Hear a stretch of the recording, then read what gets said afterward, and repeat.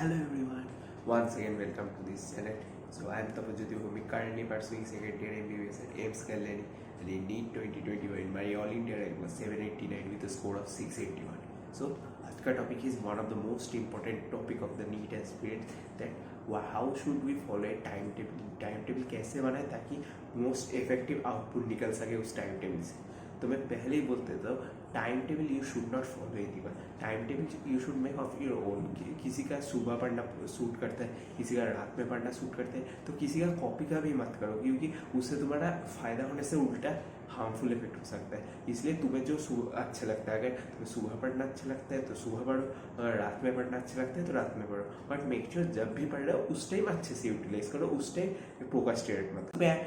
Towards the broad view थे smaller view थे जा पड़ेगा. जैसे कि अगर तुम नीट 2024 टारगेट कर रहे हो तो तुम्हें देखना पड़ेगा कि you have to complete the entire 11+12 syllabus within January, ताकि तुम फिर मई में अगर एग्जाम होगा तो you have to get 3 to 4 months for revision. तो जनवरी के अंदर तो तुम्हें खत्म करना ही पड़ेगा सिलेबस. और अगर तुम 2025 एस्पिरेंट्स हो देन इन दैट केस जनवरी के अंदर 11th का सिलेबस खत्म करना पड़ेगा.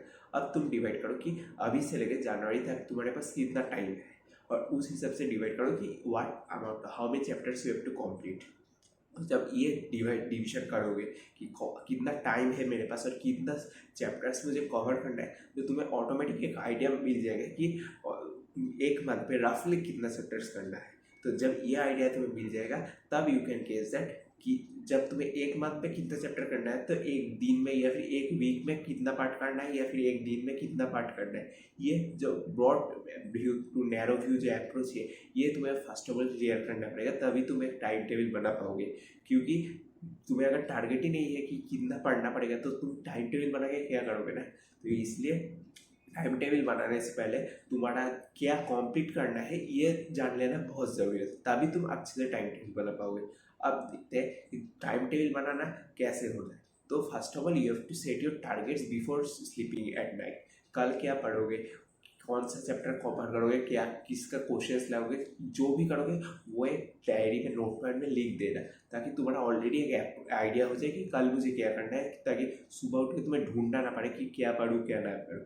First have to do this. तो जब नेक्स्ट दिन सुबह उठोगे तो तब तुम्हारे पास एक ऑलरेडी प्लान रहेगा कि मुझे अब ये करना है, तो तुम अपना टारगेट कंप्लीट करना शुरू कर दोगे एक के बाद एक. तो रात तक जाते जाते most of the targets will be complete. I am not saying कि all the targets will be complete, वो कभी पॉसिबल नहीं होता है, but most of the targets will be complete. तो वंस यू डू दिस, अब तुम्हें डिवाइड करना पड़ेगा कि how to make a time table. So 24 hour all of you have in a day. तो इस 24 आवर को फर्स्ट ऑफ ऑल तुम्हें 7 to 8 hours for your sleep तुम्हें ज़रूर देना. पर स्लीप को ज़्यादा टाइम नहीं दोगे तो तुम्हारा स्टडी और हेल्थ दोनों ही अफेक्टेड होगा. इसलिए make sure you give adequate time for your sleeping and don't compromise your need. Okay, तो 7-8 घंटे का स्लीप को दे दिए, तो फिर जो बचा हुआ 16 to 17 आवर है, उसको अब तुम्हें देखना पड़ेगा कि तुम्हारा खाना, नहाना, फिजिकल एक्टिविटी, ये सब तो तुम अवॉइड नहीं कर पाओगे ना 1 year तक. पेरेंट्स के साथ थोड़ा बातचीत करना, ये सब तो तुम्हें करना ही पड़ेगा. तो इसके लिए भी थोड़ा टाइम देना पड़ेगा. तो ये सब भी तुम अपना एटप्रोक्स 2-3 आवर्स या फिर 4 आवर्स जो भी हो उसको you can give to this. तो once you do this still you have 12 to 13 hours in your day.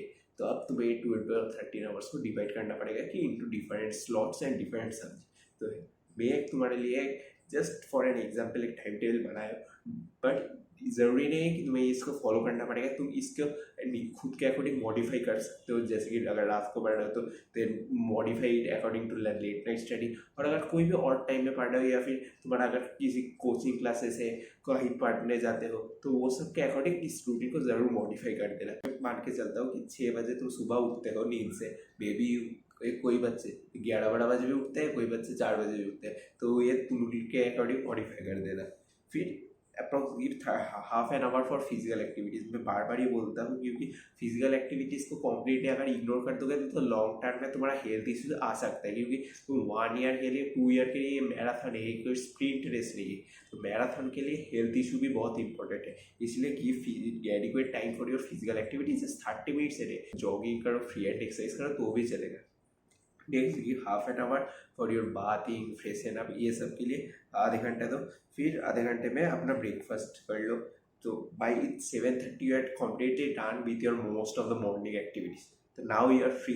अब 2.5 घंटे तुम आराम से जाके पढ़ाई कर सकते हो विदाउट एनी एक्टिविटीज़। तो once you are done then आधे घंटे का ब्रेक ज़रूर लेना है।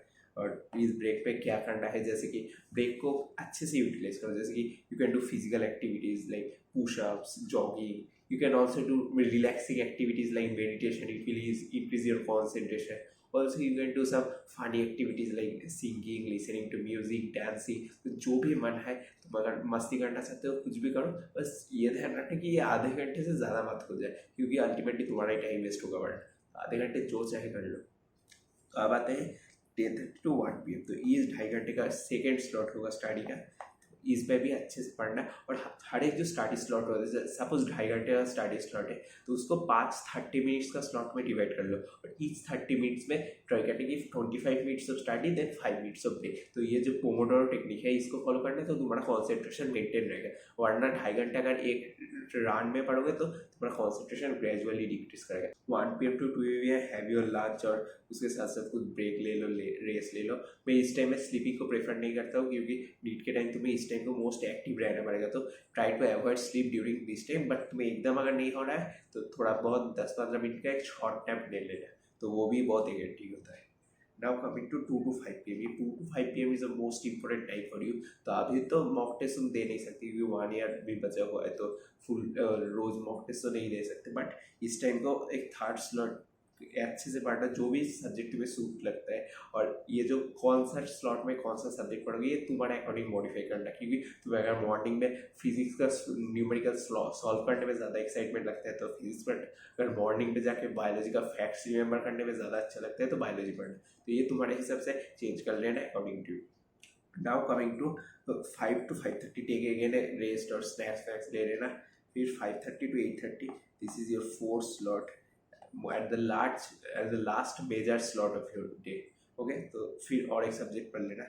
now have your dinner for 1 hour and take some rest। फिर ये बहुत इंपॉर्टेंट, ये जो 1.5 hour ये तुम्हारा डे का मोस्ट इफेक्टिव पीरियड होगा, क्योंकि ये 1.5 hour में तुम पूरा दिन पढ़े हो। जस्ट एक ओवरव्यू देना कि फिर से तो पूरा नहीं पढ़ सकते ना जो भी पढ़े हो, बट जो पढ़े हो जस्ट सपोज हेडिंग या फिर कोई कीवर्ड्स तुमने देखा था तो वो जस्ट एक बार देखते रहना। इससे क्या होगा, तुम्हारा लॉन्ग टर्म रिटेंशन में बहुत ज़्यादा हेल्प करेगा।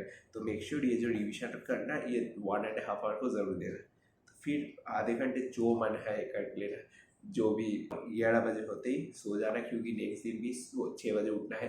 और अगर किसी को 11 बजे से अगर किसी का पढ़ाई शुरू होता है तो वो भी उसके अकॉर्डिंग शेड्यूल को ज़रूर मॉडिफाई कर लेना। ओके, तो ये ज़रूर मत भूलना, खुद के अकॉर्डिंग मॉडिफाई करना और अपना हेल्थ का ज़रूर ध्यान रखना और अच्छे से पढ़ना, ज़रूर तुम नीट क्रैक करोगे। तो that's all from my side. So thank you, this is Tapajyoti Bhowmik, meet you in the next video. और ये वीडियो अगर तुम्हें अच्छा लगे तो ज़रूर सब्सक्राइब कर देना, क्योंकि इससे मैं बहुत मोटिवेटेड होता हूँ, क्योंकि एक वीडियो के लिए बहुत ज़्यादा रिसर्च में करता हूँ ताकि तुम लोग को पूरे बेस्ट कंटेंट दे सकूँ अलॉन्ग विद उसके एडिटिंग ये सब। तो और बहुत टाइम देना पड़ता है एक वीडियो के लिए।